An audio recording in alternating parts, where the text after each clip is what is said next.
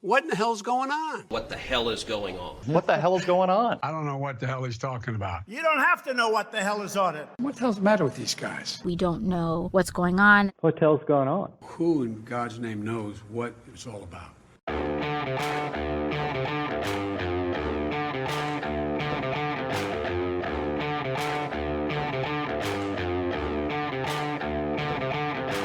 Hi, I'm Danielle Pletka. And I'm Mark Thiessen. Welcome to our podcast. What the hell is going on? Mark, what the hell is going on? Well, what the hell is going on is corporate America and the Biden White House and everybody are piling on the state of Georgia because of the election law they just passed. The Major League Baseball, at Joe Biden's urging, has pulled the All-Star game out of the state and moved it to Colorado, which is going to cost not the state of Georgia, but the people of Georgia, small businesses in Georgia, African-American business owners in Georgia, a total of $100 million in lost revenue. They're doing all this over a law that Washington Post fact checker Glenn Kessler, no conservative, no right-wing, rabid right-winger, said in a fact check that the net effect was to expand opportunities to vote for most Georgians, not limit them. So people are doing this out of a pinnacle of near perfect ignorance. They are hurting the people of Georgia, all as in an exercise in virtue signaling. That is just absolutely appalling to me. I don't know, Danny, how do you feel about it? I don't think it's virtue signal. I actually think it's lying. And, look, I'm no election law specialist. And so in preparation for this podcast, I sat down, like you did, Mark, with a lot of articles, research, criticism, praise, fact checks, interviews with the governor, look at what other states are doing. And, you cite Glenn Kessler from the Washington Post. The person who I looked to was, Nate Cohn, who does this New York Times. For the New York Times. Now, a fine contrast, I should add, with the absolutely fervid coverage on both the front page and the New York Times op-ed page. And Nate Cohn, says much the same thing that Kessler does. So, let me just go over a couple of the points that he makes that I think are really interesting. He starts it out by saying, quote, "There's nothing unusual about exaggeration in politics," unquote. Well, that is possibly the understatement of the year. He suggests that there's absolutely no way that people can know that this suppresses turnout. There's no evidence whatsoever historically that any of these factors either expand or suppress turnout. He says, and I'm just going to quote him, "For decades, reformers have assumed that the way to increase turnout is to make voting easier. Yet surprisingly, expanding voting options to make it more convenient hasn't seemed to have a huge effect on turnout or electoral outcomes. There's essentially no evidence that the vast expansion of no excuse absentee mail voting, in which anyone can apply for a mail absentee ballot, had any discernible effect on turnout in 2020. Okay, guys, so here are some facts. And for me, sorry to sort of rant on about this, but for me, the most important thing to weigh is this an effort to actually suppress turnout, or is it merely an effort to regulate voting? And it seems to me the balance falls absolutely on that question of regulation. But it's also, this law expands early voting. It added an extra Saturday vote, 17 days of early voting.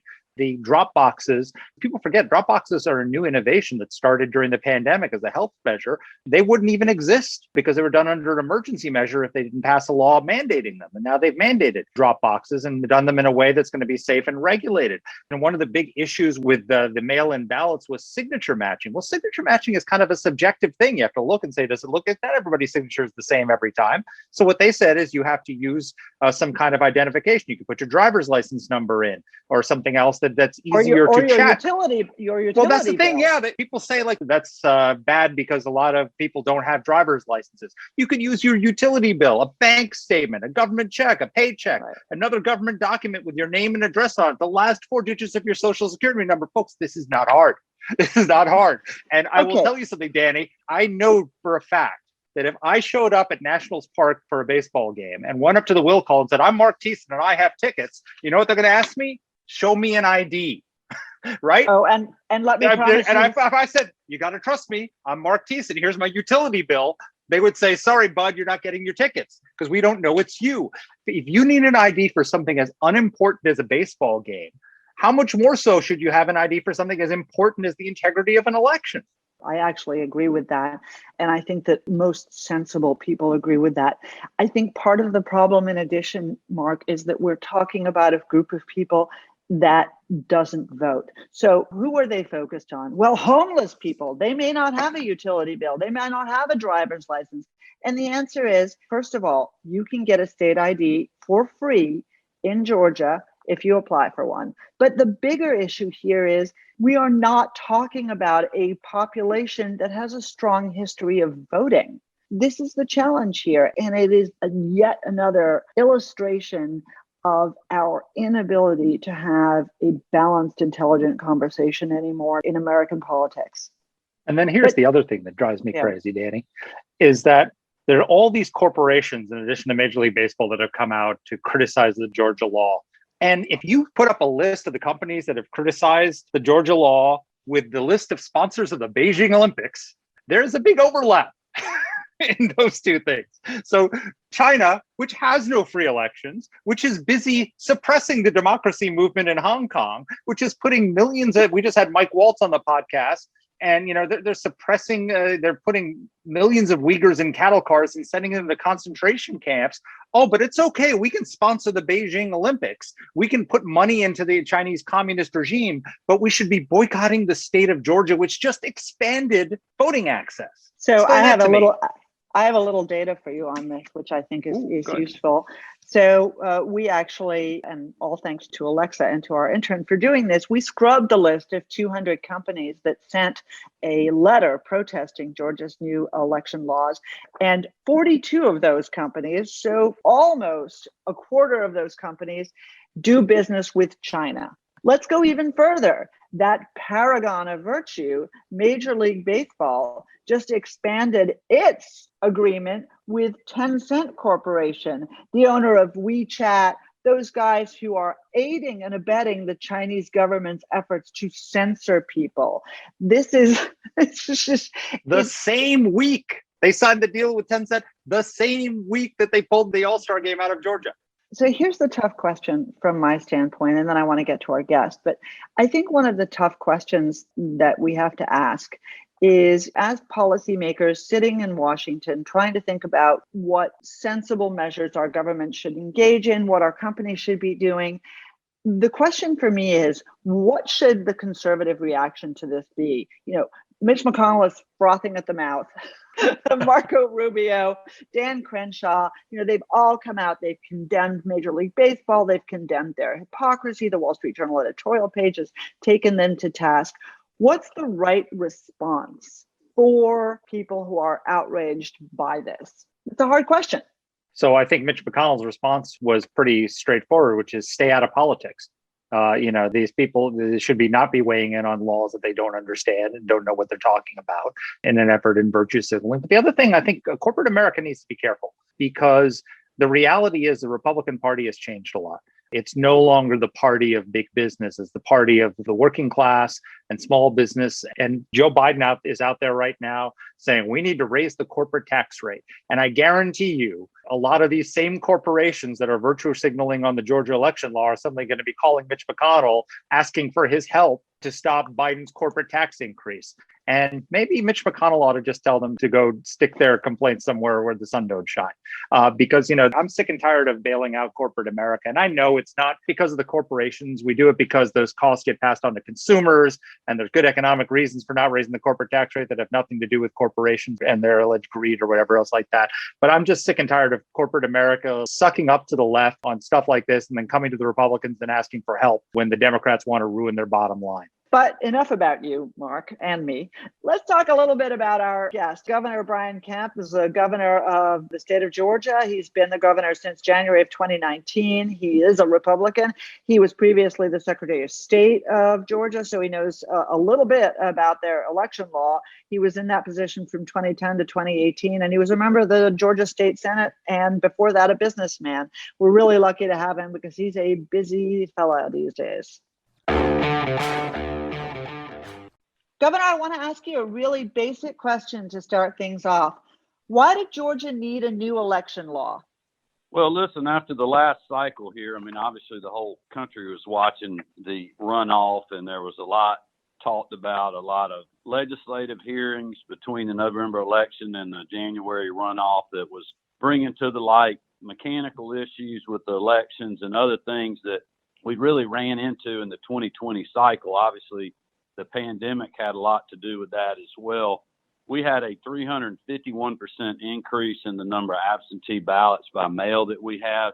That created a real problem for county elections officials that are having to count all those ballots with a signature match process that, quite honestly, it's arbitrary in some ways, and then also really cumbersome time-wise when you have not 5 to 10% of people voting absentee, but 35 to 40%.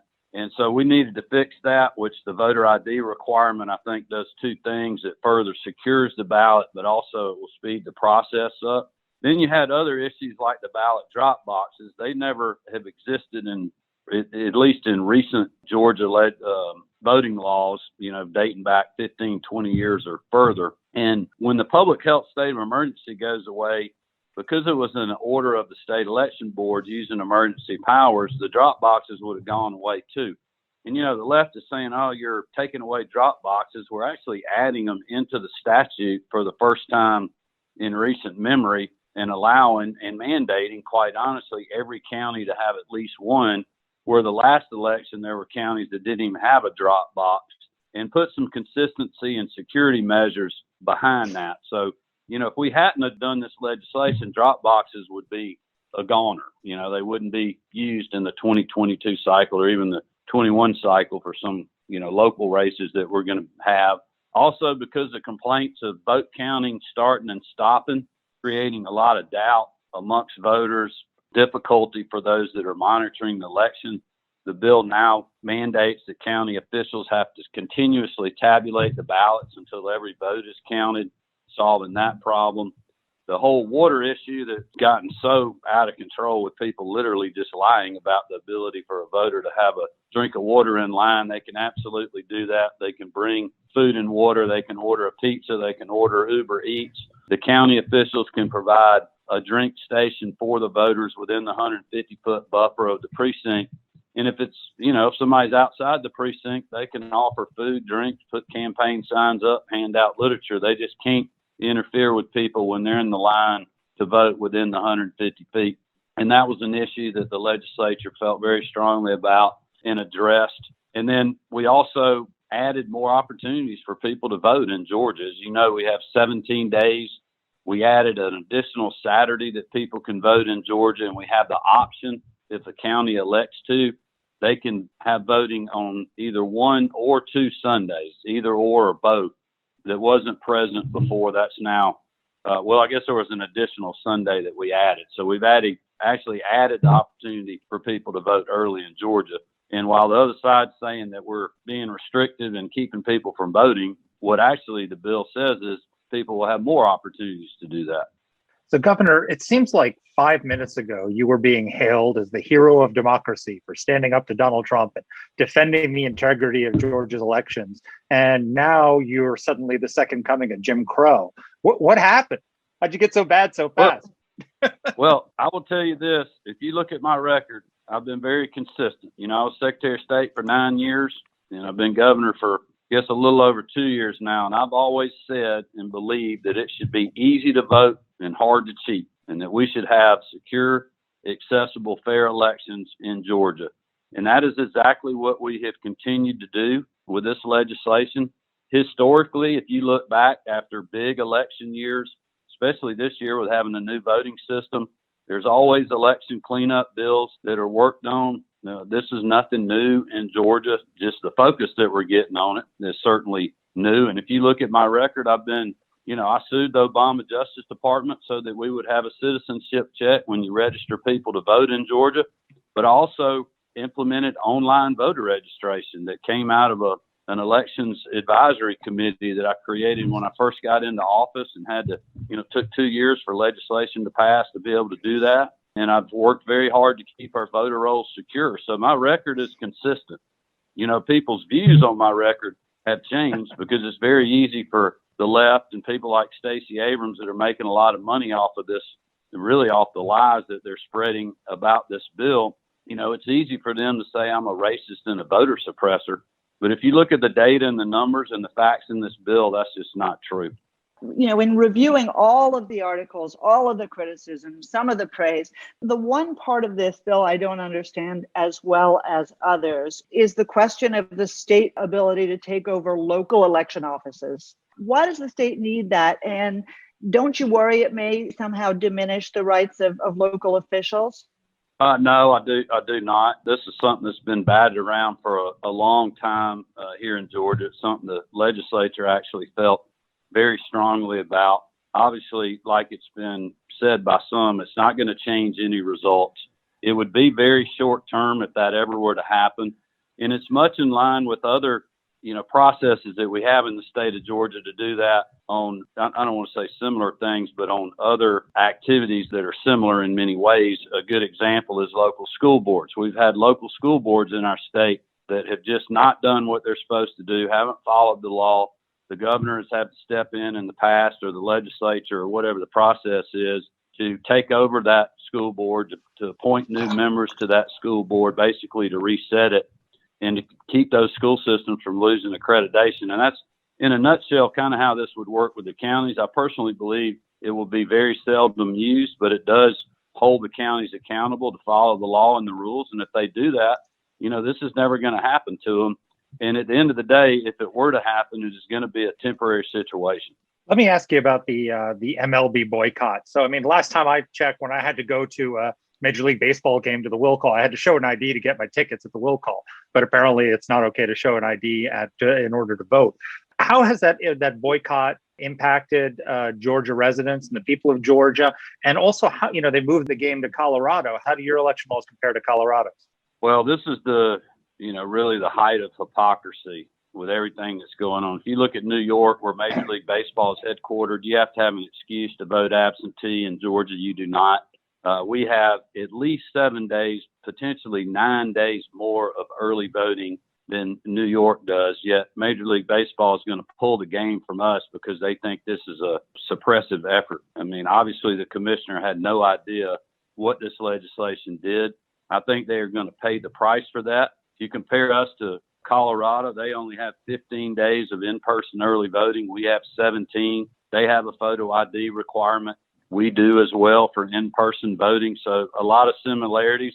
There are differences too, but that's what the Constitution says. The states decide how you do voting. I support that. They can do whatever they want in Colorado, but I'm not going to boycott them because they mail there, which I think is a terrible idea from a security perspective.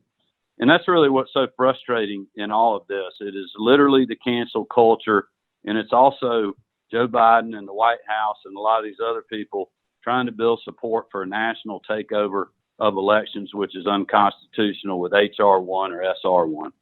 I wanted to ask you about the involvement of the White House. Georgia was very important to the election of Joe Biden for reasons that we don't need to rehearse. Does Biden understand the little people, the workers, the population of Atlanta is going to be hurt very badly by Major League Baseball's boycott, by all of these companies who are now threatening Georgia? Do you understand what the game is in his mind? Well, I certainly wouldn't be able to speak for what Joe Biden's thinking is on this issue. It's been, from somebody that's been I've owned my own business since about 1990, I guess. So I've had to make a lot of good and bad decisions, and I've learned from the bad ones more than the good ones. Certainly, being Secretary of State, being governor, you're making decisions all the time. And I know I try to get all the information before I make a decision. I know what the facts are. It's obvious to me he did not have the facts on this bill. But I think, if I had to guess, it's a couple of things. Number one, they're trying to get the votes to pass SR1 and HR1. They're trying to pressure people like Major League Baseball and these big corporations like Delta and Coca-Cola into saying that this is a racist bill. And because of this overreach at the states, then we got to pass a federal mandate with HR1, SR1, have a nationalized election, and basically do an unconstitutional power grab. I think that's really the main political agenda, obviously, of a lot of people at the White House, and obviously of Nancy Pelosi and Chuck Schumer as well. But the other thing is, I think they're diverting from crises that they have and a good example is the one on the border right now where people are just flooding across our southern border. And I've been to McAllen, Texas. We've got Georgia National Guard troops down there that are trying to help the Border Patrol. And it's just I got a briefing on that a couple of weeks ago. I mean, it's a drastic change from when I was there in December saying hello to our troops before the holidays as to what's happening right now. So, Governor, let's talk a little bit about the hypocrisy of your critics. So if you look at a list of the companies that have written to you expressing their outrage over Georgia's, voter suppression laws, as they would call it, it seems like a lot of them are sponsoring the Beijing Olympics, a country that has no free elections, that is actively suppressing the democracy movement in Hong Kong and taking people's right to vote away, not to mention putting Uyghurs in concentration camps and all the rest of it. Isn't there a level of hypocrisy here? Oh, it's like at the height of hypocrisy. And I'm thankful that you've got really high profile people like Senator Tom Cott and Senator Rubio, Leader McConnell, Governor Abbott and other people, especially the U.S. senators that are calling out the whole position on China with Major League Baseball and obviously other big corporations that are doing business there, but also with MLB and their ties to Cuba. I mean, it makes the average Georgian, great point. It really doesn't pay attention to politics much wonder, like, what are they thinking? Like, why are they punishing us, yet they are going to have a relationship with China where there are no elections, or if they are, it's already predetermined who the winner is going to be.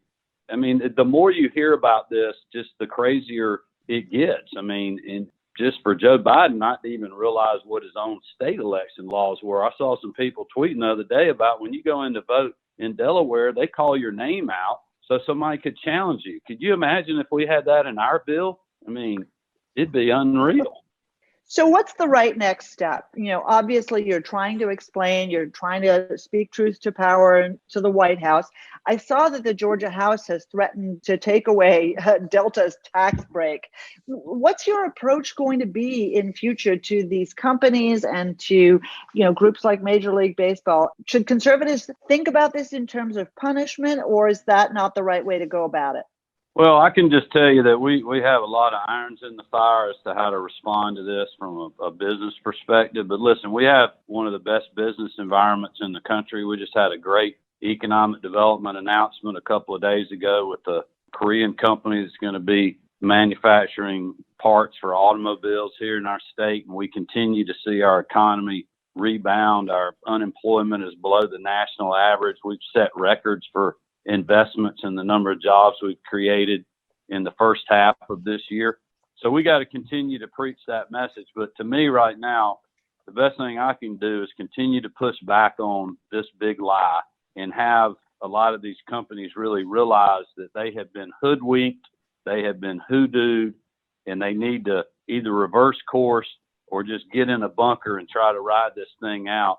And we need people on the other side, the Democrats and a lot of these local elected officials where their local community is going to get hurt because of no fault of their own, but because of their national political leaders to speak out and say, look, we don't need boycotts here. We've got a political process. I respect that. And you can go back and look at my record over the years. I haven't always agreed with other states are doing what they're doing with their election laws, whether it's, Washington and Oregon, mailing out ballots to everybody, much like Colorado does now, or California that I think at one time had, same day voter registration, no citizenship check. I mean, I think those are terrible ideas for security of elections, but it's their right to do that.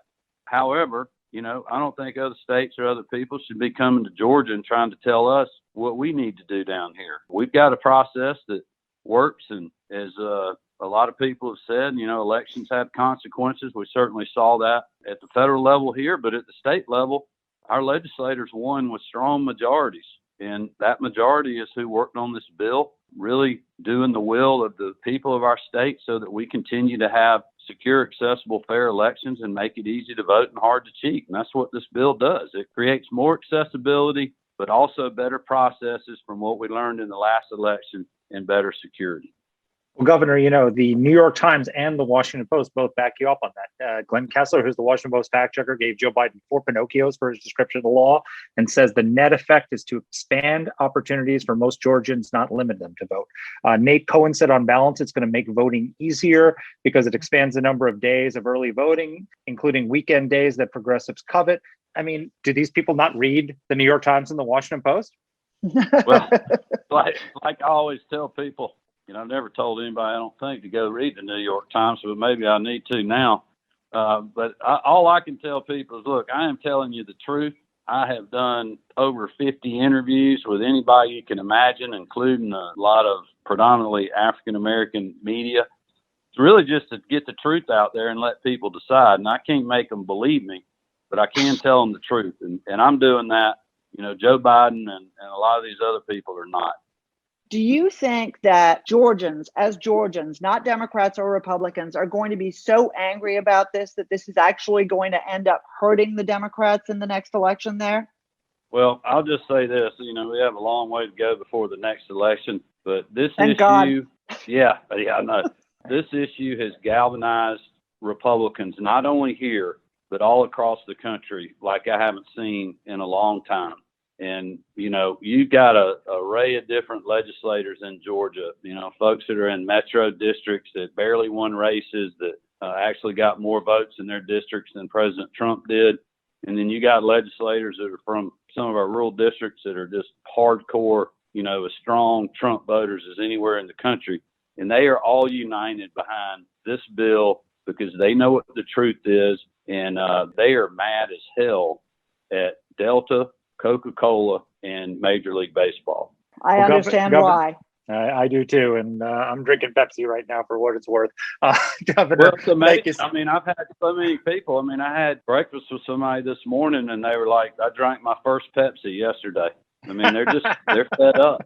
Well, Governor, we appreciate your leadership on this issue, and we know how busy you are right now. So thank you for taking the time to talk to us.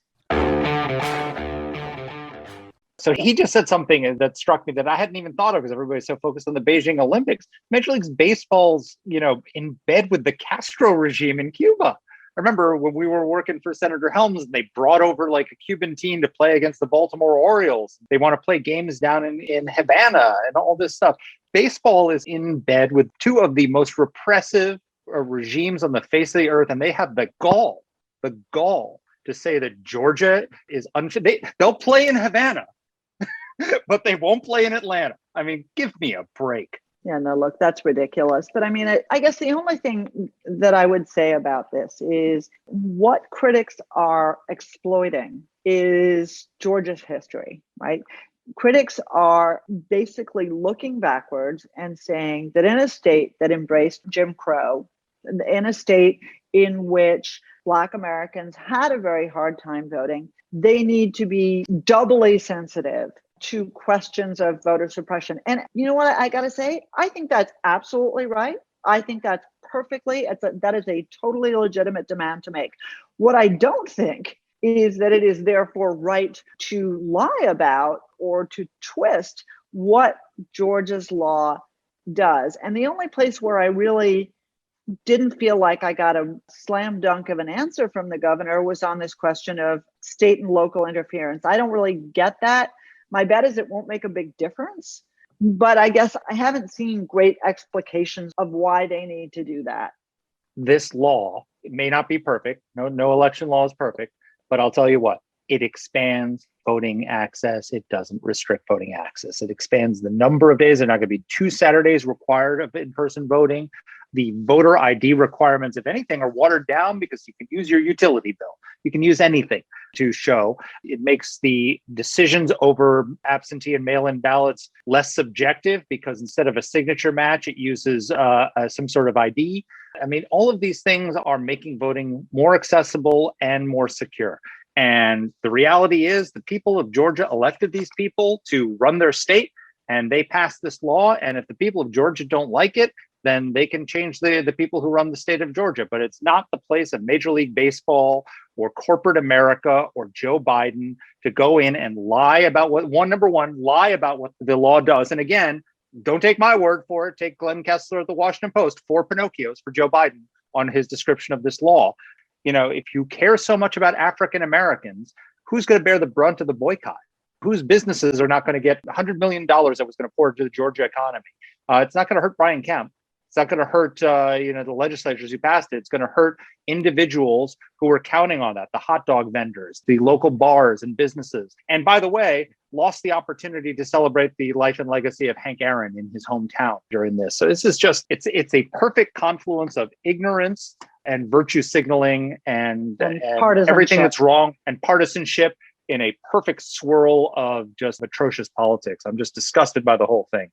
Listen, you know what the bottom line here is it's just another sort of depressing nail in the coffin of our normal political discourse. We can't talk about anything anymore. And I'm really glad the governor was willing to come on and answer questions. And if you guys have further questions for us, don't hesitate to reach out, yell at Mark. Tell me how great I am, and obviously compliment Alexa. Has anyone ever done that? Yeah, they do. Have you ever gotten an email saying how great you are because of that? Yes. Despite the fact that you beg for it every podcast? Yes, in fact, Mark Thiessen, I have. So there. Don't forget to review, subscribe, send it to your friends, your enemies, your mom, your dad, your sister, your brother, and all your cousins. Take care. Our producer is Alexa Santry, and a special thanks as well to Olivia Leslie and AEI's digital strategy and video teams. Let us know what topics you'd like us to cover. You can get in touch with the show by emailing us at whatthehell@aei.org. Or you can reach us on Twitter. I'm at dpletka. And I'm at Mark Thiessen. That's Mark with a C. Please rate and review the podcast. If you like the show, subscribe, share it, comment on Apple Podcasts or wherever you're listening to this. Thanks for listening.